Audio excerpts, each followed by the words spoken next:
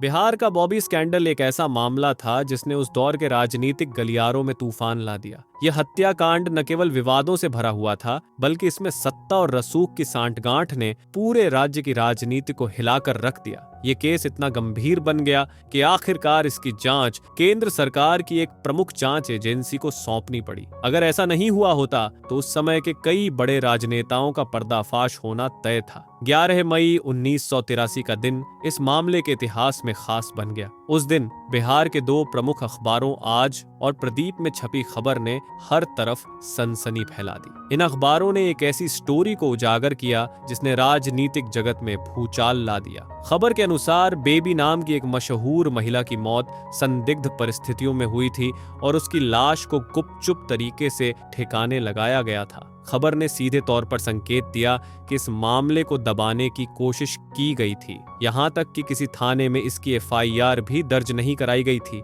लेकिन इन अखबारों ने न केवल इस खबर को प्रकाशित किया, बल्कि अपनी साख और भविष्य को भी दांव पर लगा दिया। उस समय इस तरह की संवेदनशील खबर को छापना बहुत बड़ा जोखिम था। उस दौर में बिहार की सत्ता पर कांग्रेस का राज्य था और मुख्यमंत्री जगन्नाथ मिश्र राज्य के प्रमुख नेता थे। बिहार विधान परिषद की सभापति महिला कांग्रेस की प्रभावशाली नेत्री राजेश्वरी सरोज दास थी। उनकी गोद ली हुई बेटी श्वेत निशा त्रिवेदी, जिन्हें प्यार से बेबी कहा जाता था, इस कहानी की मुख्य कड़ी थी। जब बेबी की संदिग्ध मौत की खबर सार्वजनिक हुई तो मीडिया ने उन्हें एक नया नाम दिया, बॉबी। यह नाम उस समय पॉपुलर फिल्म बॉबी से प्रेरित था, जिसमें आर्शी कपूर और डिम्पल कपाड़िया ने अभिनय किया था। इस फिल्म ने जो धूम मचाई थी, उसी के चलते मीडिया ने श्वेत निशा को बॉबी कहकर संदर्भित किया। श्वेत निशा त्रिवेदी उर्फ बेबी राजेश्वरी सरोज दास के सरकारी आवास में रहा करती थी। अपने गोद लिए जाने के बाद उन्होंने अपनी मां के राजनीतिक प्रभाव का फायदा उठाते हुए बिहार विधानसभा के सचिवालय में टाइपिस्ट की नौकरी हासिल कर ली थी। वह अपने आकर्षक व्यक्तित्व के लिए जानी जाती थी। उनकी सुंदरता और आत्मविश्वास इतना प्रभावशाली था कि जो भी उनसे मिलता उनकी ओर खींचता चला जाता। हालांकि बेबी की शादी हो चुकी थी, लेकिन उनकी वैवाहिक जिंदगी ज्यादा समय तक नहीं चल पाई और उनका तलाक हो गया। अपने करियर के दौरान बेबी का ज्यादातर वक्त राजनीतिक हलकों में बीतता था, जहां बड़े बड़े नेता और रसूखदार लोग उनके संपर्क में आते थे। धीरे धीरे उनके कई करीबी राजनीतिक मित्र बन गए, जिनका प्रभाव उनके जीवन पर साफ नजर आता था। लेकिन बेबी की जिंदगी में एक अप्रत्याशित मोड़ तब आया जब उनकी अचानक मौत हो गई। उनकी लाश को जल्दीबाजी में दफनाने की कोशिश ने मामले को और ज्यादा रहस्यमय बना दिया। इस घटना के बाद राजनैतिक प्रभाव का इस्तेमाल करके इसे पूरी तरह से दबाने की कोशिश की गई। हालांकि आज और प्रदीप अखबार ने इस मामले की सच्चाई को उजागर करने का बीड़ा उठाया। उन्होंने न केवल अपनी खबरों में इस मामले को प्राथमिकता दी, बल्कि इसे पब्लिक डोमेन में चर्चा का विषय बना दिया। इन अखबारों ने अपनी रिपोर्टिंग के जरिए सत्ता के उस तंत्र को चुनौती दी जो इस सच्चाई को दबाने में लगा हुआ था। इस सनसनीखेज खबर के बाद पटना के उस समय के एसएसपी कुणाल किशोर ने मामले को गंभीरता से लिया और इसे पूरी सच्चाई के साथ उजागर करने का संकल्प किया। अखबारों में खबर छपने के बाद जैसे ही एसएसपी कुणाल किशोर ने इस केस में अपनी दखल दी, राजनीतिक हलकों में खलबली मच गई। एसएसपी किशोर अपनी ईमानदारी और निष्पक्षता के लिए जाने जाते थे।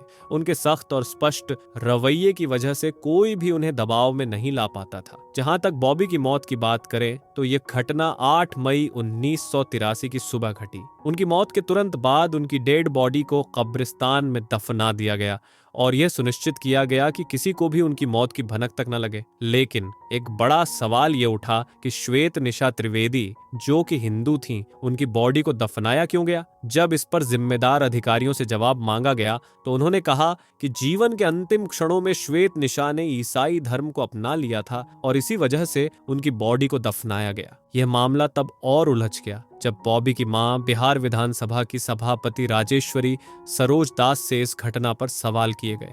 उन्होंने 2 मेडिकल रिपोर्ट्स प्रस्तुत की जो एक दूसरे से पूरी तरह से अलग थीं। पहली रिपोर्ट में बॉबी की मौत का कारण अत्यधिक खून बहना बताया गया, जबकि दूसरी रिपोर्ट में उनकी मौत की वजह हार्ट अटैक लिखी गई थी। ये दोनों रिपोर्ट्स अलग अलग डॉक्टरों द्वारा बनाई गई थी। एसएसपी किशोर को इस मामले में कई अनसुलझे सवाल दिखे जो उन्हें और अधिक जांच करने की ओर प्रेरित कर रहे थे। इस गुत्थी को सुलझाने के लिए वे अपनी टीम के साथ उस कब्रिस्तान पहुंचे जहां श्वेत निशा त्रिवेदी की बॉडी को दफनाया गया था। कब्र खुदवाई गई और उनकी बॉडी को बाहर निकालकर पोस्टमार्टम के लिए भेजा गया। जब पोस्टमार्टम रिपोर्ट आई तो उसने पहले की दोनों मेडिकल रिपोर्ट्स को पूरी तरह से खारिज कर दिया। इस रिपोर्ट के अनुसार बॉबी की मौत का कारण कलाथिया नामक जहर का सेवन करना पाया गया। ये नई जानकारी एसएसपी के लिए कई और सवाल खड़े कर रही थी। सवाल ये था कि बॉबी की मौत को छिपाने की जरूरत क्यों पड़ी? उनकी मौत की असली वजह को जनता के सामने क्यों नहीं लाया गया?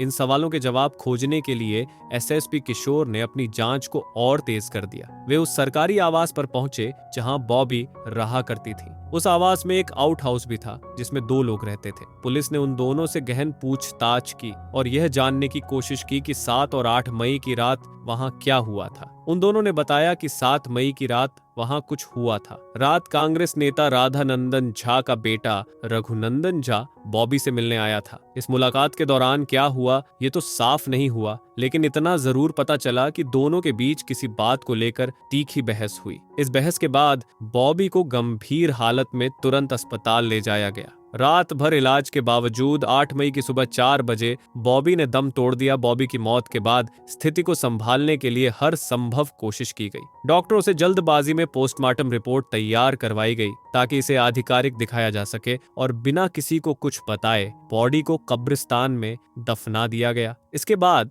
धारा 154 के तहत पुलिस ने आउट हाउस में मौजूद कर्मचारियों के बयान दर्ज किए। ऐसा इसलिए किया गया ताकि ये लोग अदालत में जाकर अपने बयान बदलने की कोशिश न कर सकें। इस केस में जब राजेश्वरी सरोज दास मैडम से पूछताछ की गई तो उन्होंने भी अपने बयान में यह जिक्र किया कि बॉबी को मेलाथियान जहर कब और किसने दिया था, लेकिन उनका बयान मामले को और उलझाने वाला साबित हुआ। बिहार की सत्ता में बैठे राजनेताओं के लिए यह केस एक बड़ा खतरा बनता जा रहा था। सभी को डर था कि अगर एसएसपी कुणाल किशोर इसी तरह से जांच करते रहे तो जांच की आंच जल्द ही उनके घर तक पहुंच जाएगी। बॉबी की खूबसूरती के चर्चे हर तरफ थे। वजह से सत्ता पक्ष और विपक्ष दोनों के बड़े और छोटे नेता उनके इर्द गिर्द मंडराते रहते थे। ये कहा जा रहा था कि कहीं ना कहीं इन नेताओं का कनेक्शन बॉबी की मौत से जरूर जुड़ा था। जांच के बढ़ने से राजनेताओं के बीच खलबली मच गई। इसी डर के चलते एसएसपी साहब पर दबाव डालने की कोशिशें शुरू हो गईं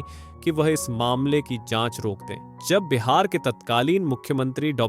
जगन्नाथ मिश्र ने इस केस में दखल दिया तो एसएसपी कुणाल किशोर ने उन्हें स्पष्ट शब्दों में कह दिया, इस केस में आपकी छवि बिल्कुल साफ है, इसलिए बेहतर होगा कि आप इसमें दखल न दें। मुख्यमंत्री ने उनकी बात मान ली और इस मामले से खुद को दूर कर लिया। कुणाल किशोर ने मामले की जांच पूरी ईमानदारी से जारी रखी। पुलिस लगभग इस स्कैंडल को सुलझाने ही वाली थी कि अचानक कांग्रेस के 2 मंत्रियों और 44 विधायकों का एक दल मुख्यमंत्री के पास पहुंचा। उन्होंने साफ शब्दों में कहा, या तो इस मामले की जांच को फौरन रुकवाइए, नहीं तो आपकी सरकार गिर जाएगी। इस दबाव के बीच मुख्यमंत्री जगन्नाथ मिश्र के लिए मुश्किलें बढ़ती जा रही थीं। सत्ता पक्ष और विपक्ष दोनों के नेताओं को इस जांच से परेशानी हो रही थी। विपक्ष के एक प्रमुख नेता ने पुलिस की जांच पर ही सवाल उठाकर मामले को और भी पेचीदा बना दिया। आखिरकार मुख्यमंत्री ने 25 मई 1983 को बॉबी केस की जांच बिहार पुलिस से हटाकर सीबीआई को सौंप दी।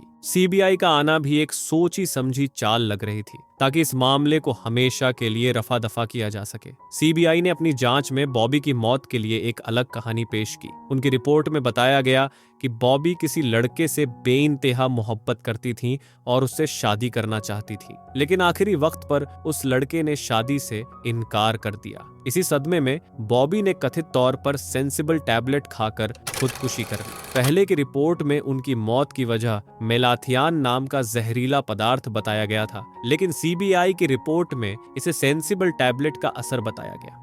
सीबीआई ने अदालत में बॉबी की हैंडराइटिंग में लिखा एक सुसाइड नोट भी प्रस्तुत किया। अदालत ने सीबीआई की बातों को ज्यों का त्यों स्वीकार कर लिया और मामले को हमेशा के लिए बंद कर दिया। इस तरह सीबीआई ने बॉबी की मौत से जुड़े हर सवाल को दफन कर दिया। लेकिन सच्चाई यह है कि श्वेत निशा त्रिवेदी उर्फ बॉबी की मौत का रहस्य आज भी अनसुलझा है। आज के वीडियो में बस इतना ही। इस मामले पर आपकी क्या राय है, नीचे कमेंट्स में जरूर बताएं।